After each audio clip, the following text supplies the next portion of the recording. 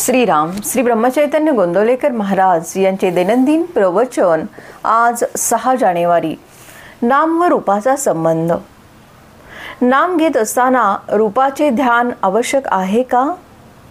वास्तविक नाम आणि रूप ही भिन्न नाहीतच, पण नाम हे रूपाच्या आधीही असते आणि नंतरही उरते। नाम रूपाला व्यापून असते। राम जन्माला येण्यापूर्वी वाल्मिकींनी रामायण लिहिले आणि रामाने मागाहून जन्म घेऊन त्यात वर्णन केल्याप्रमाणे आचरण करून दाखविले।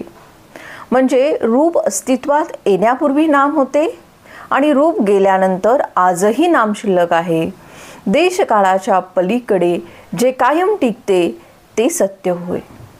प्रत्यक्ष आकाराला आलेली अनेक रूपे नाहीशी झाली तरी त्याचे नाव टिकून राहते। म्हणजेच नाम हे देशकालाच्या मर्यादेच्या पलीकडे असते, म्हणजे ते रूपापेक्षा सुद्धा जास्त सत्य असते। जे सत्य आहे ते श्रेष्ठ असलेच पाहिजे, तेव्हा नाम घेणे ही गोष्ट मुख्य आहे आणि ते घेत असताना रूपाचेही ध्यान राहिले तर उत्तमच, पण ते तसे न राहिले तरी नाम घेत असताना रूपाचे स्मरण सूक्ष्म रूपाने असतेच असते। समजा एका गृहस्थाच्या घरी राम नावाचा गडी आहे। तो गृहस्थ राम राम असा जप करीत बसला आहे, पण त्याचे लक्ष रामरूपाकडे नाही, मनात काहीतरी दुसरेच विचार चालू आहेत। अशा वेळी त्याला जर एकदम विचारले की तुम्ही कुणाचे नाव घेत आहात, तर अर्थात रामाचे असेच तो उत्तर देईल। हे उत्तर देताना त्याच्या मनामध्ये दशरथी राम हीच व्यक्ती असणार, राम गडी ही व्यक्ती नसणार। याचाच अर्थ असा की नाम घेत असताना रूपाचे ध्यान सूक्ष्म रूपाने आत जागृत असते आणि म्हणूनच रूप ध्यानी येत नाही म्हणून अडून बसू नये। नामस्मरण करताना अट्टाहास ठेवावा, त्यात सर्व काही येते।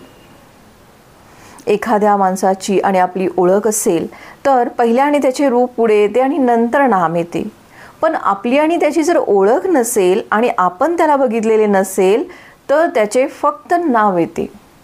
आज आपल्याला भगवंताची ओळख नाही म्हणून त्याचे रूप माहिती नाही, परंतु आपल्याला त्याचे नाम घेता येईल।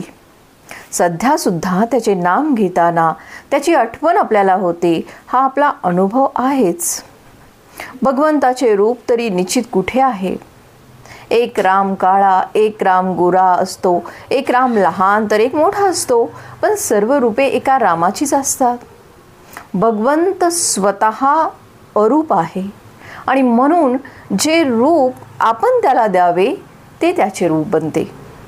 यासाठी आपण कोणत्याही रूपाचे त्याचे ध्यान केले तरी सुद्धा चालते। नामातून अनंत रूपे उत्पन्न होतात आणि अखेर त्यामध्येच ती लीन होतात।